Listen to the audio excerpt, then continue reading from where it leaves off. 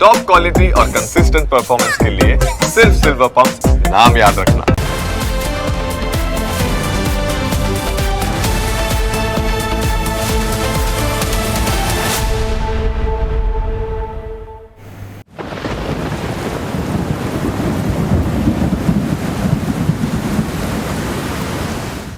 વાત હવે કરીએ દક્ષિણ ગુજરાતની. દક્ષિણ ગુજરાતની અંદર રીતસરનું આબ ફાટ્યું. સુરત, નવસારી, વાપી, વલસાડ, ઉમરગામ તમામ એ વિસ્તારો હતા જ્યાં વરસાદી તબાહી મચાવી. કેવી છે દક્ષિણ ગુજરાતની સ્થિતિ જોઈએ અમારા આ રિપોર્ટમાં.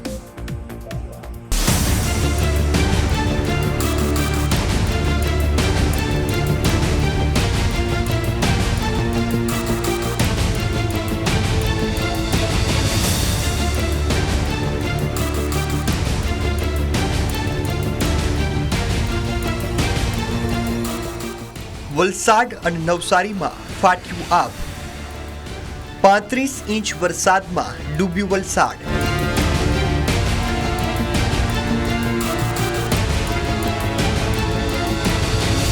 નદીઓ તોફાને ચઢી છે.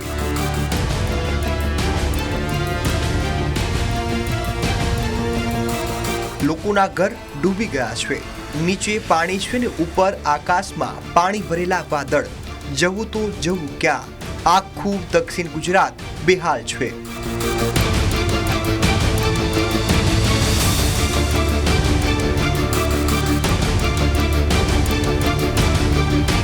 વલસાડ જિલ્લામાં ઉપરવાસમાં ધોધમાર વરસાદના કારણે ઓરંગા નદીએ ભયજનક સપાટી વટાવી દીધી છે.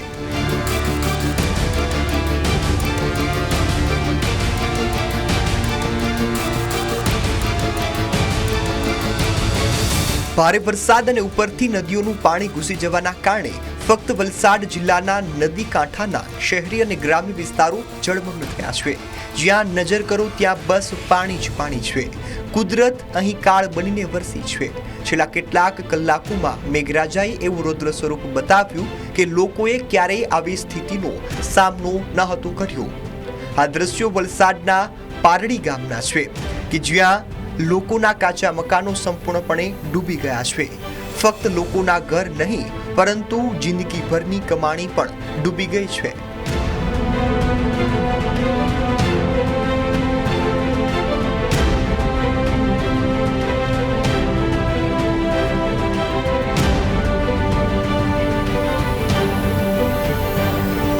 વલસાડમાં અગાઉ 10 વર્ષ પહેલા આવી પરિસ્થિતિ ઊભી થઈ હતી. ત્યારબાદ ફરી એકવાર આકાશી આફતે આખા વલસાડને બાનમાં લીધું છે. આ દ્રશ્યો વલસાડના દાણા બજાર વિસ્તારના છે જ્યાં 8 ફૂટ સુધી પાણી ભરાઈ જતા વેપારીઓને કરોડો રૂપિયાનું નુકસાન થયા હોવાની ભીતિ છે. ઘરો પાણીમાં ગરકાવ છે, દુકાનો ડૂબી ગઈ છે અને વાહનો પાણીમાં જળમગ્ન બન્યા છે. તો બીજી તરફ ચીપવાડ વિસ્તારમાં રસ્તા જાણે નદી બની ગયા છે. રસ્તા ઉપર 9 ફૂટ સુધી પાણી વહી રહ્યું છે એટલે અહીં તો ચાલીને પણ ન નીકળી શકાય તેવી સ્થિતિ છે. લોકો પોતાના ઘરમાં ફસાઈ ગયા છે. તંત્ર પાસે મદદ માંગી રહ્યા છે પરંતુ અમે જ્યાં સુધી આ અહેવાલ લખી રહ્યા છીએ ત્યાં સુધી તેમના સુધી કોઈ મદદ નથી પહોંચી. તેવામાં લોકો માટે જવું તો જવું ક્યાં તેવી પરિસ્થિતિ ઉદ્ભવી છે.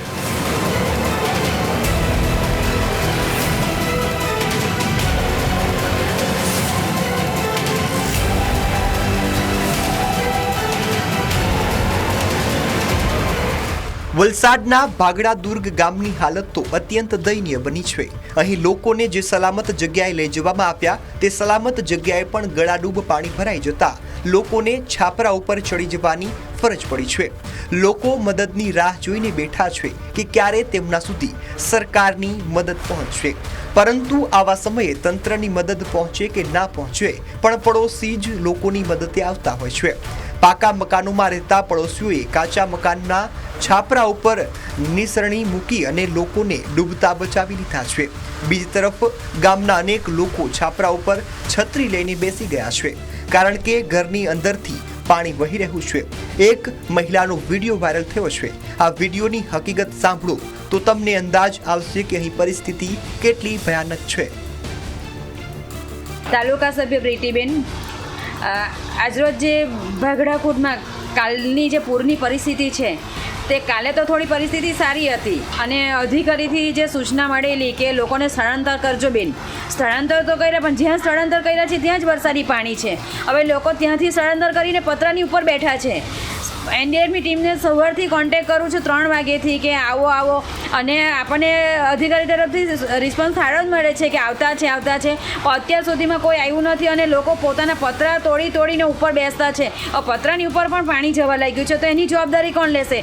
જેથી કરીને તંત્ર જલ્દી તકે આનું ધ્યાન દોરે અને લોકોને જલ્દી સારી જગ્યા પર સ્થળાંતર કરે એવી આશા રાખું છું. વલસાડમાં સ્થિતિ એટલી ભયાનક છે કે તંત્ર પણ જાણે પાણીમાં બેસી ગયું છે. એટલે જ સ્થાનિક તરવૈયાઓ દેવદૂત બનીને લોકોને બચાવી રહ્યા છે. અહીં સેન્ટ્રલ પાર્ક પાછળના વિસ્તારમાં એક વ્યક્તિનું દિલધડક રેસ્ક્યુ ઓપરેશન કરાયું. જરા જુઓ આ દિલધડક દ્રશ્યો, કેવી રીતે સ્થાનિક તરવૈયાઓએ પોતાનો જીવ જોખમમાં મૂકીને એક વૃદ્ધને બચાવી લીધા.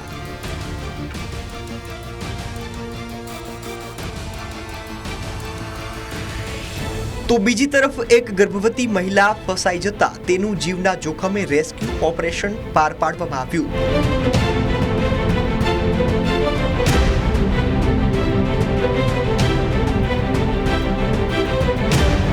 અહીં નગરપાલિકાની બોટો પણ કામ ન લાગી કે પાલિકાના કર્મચારીઓ પણ કામ ન લાગ્યા. એટલે પોલીસ અને સામાન્ય જનતાએ મેદાનમાં ઉતરીને ગર્ભવતી મહિલાનું સફળતાપૂર્વક રેસ્ક્યુ ઓપરેશન કર્યું હતું. કુદરત સામે કોઈનું ચાલતું નથી, પરંતુ કુદરતી આપત્તિ સામેની તૈયારીઓ જરૂરી હોય છે.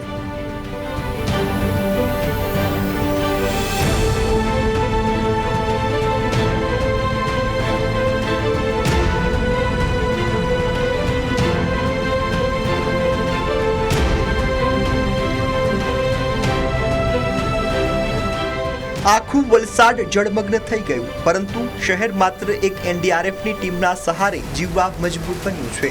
કારણ કે વલસાડ નગરપાલિકાને સરકાર દ્વારા ફાળવવામાં આવેલી સરકારી બોટ શોભાના ગાંઠિયા સમાન બનીને પડી છે.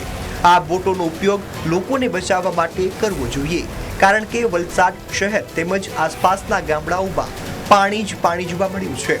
લોકો રેસ્ક્યુ માટે બૂમો પાડી રહ્યા છે. તેવામાં આ બોટો ફાયર એપાર્ટમેન્ટના પાર્કિંગમાં શોભાના ગાંઠિયા બનીને પડી છે. આજે વલસાડનું દરેક નાગરિક એક જ સવાલ પૂછી રહ્યો છે કે જો તૈયારી પૂરતી હતી તો આખું શહેર પાણીમાં કેમ ડૂબ્યું? જો સાધનો હતા તો તેનો ઉપયોગ કેમ ન થયો? અને જો જવાબદારી નક્કી થઈ હતી તો જવાબદારો ક્યાં છે?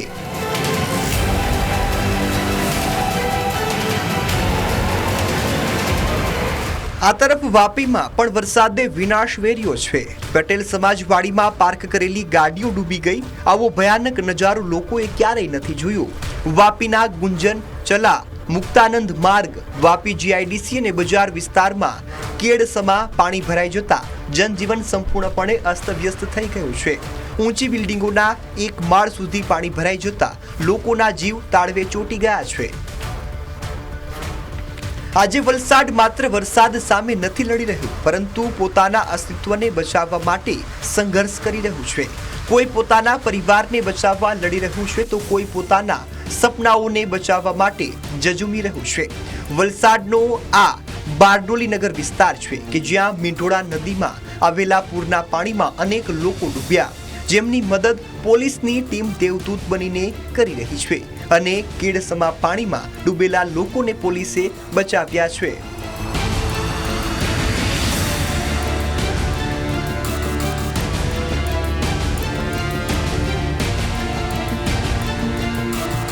તો આ તરફ પારડીનું આમડી ગામ જળમગ્ન થઈ જતા લોકોના માથે આફત આવી પડી છે. ગામના 13 જેટલા લોકોનું દિલધડક રેસ્ક્યુ પણ કરવામાં આવ્યું છે. આ તરફ ઓરંગા નદી કેવી તોફાને ચડી હતી તે પણ તમે આ દ્રશ્યોમાં જોઈ શકો છો. નદી ગાંડીતુર થતા નેશનલ હાઈવે પર આવેલો બ્રિજ પણ બંધ કરી દેવો પડ્યો. બ્રિજ ઉપર પાણીની કેવી થપાટો વાગી રહી છે તે પણ તમે દ્રશ્યોમાં જોઈ શકો છો. આ માત્ર વરસાદ નથી, આ ફક્ત પૂર નથી, પણ અનેક પરિવારોની વેદના છે. કોઈના ઘરમાં દીકરીના લગ્ન માટે સાચવેલા ઘરેણા પાણીમાં ડૂબી ગયા, તો કોઈનો વર્ષોનો વેપાર પડી ભાંગ્યો છે. આશા રાખીએ કે તંત્ર વધુમાં વધુ લોકોની મદદે પહોંચે અને મેઘરાજા ખમૈયા કરે.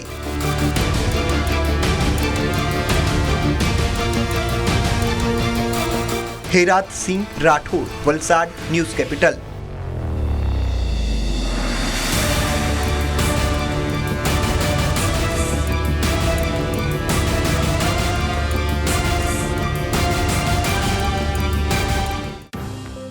પ્રાઇમ 9 માં સમય થયો છે બ્રેકનું. બ્રેક બાદ અન્ય મુદ્દા વિશે વાત.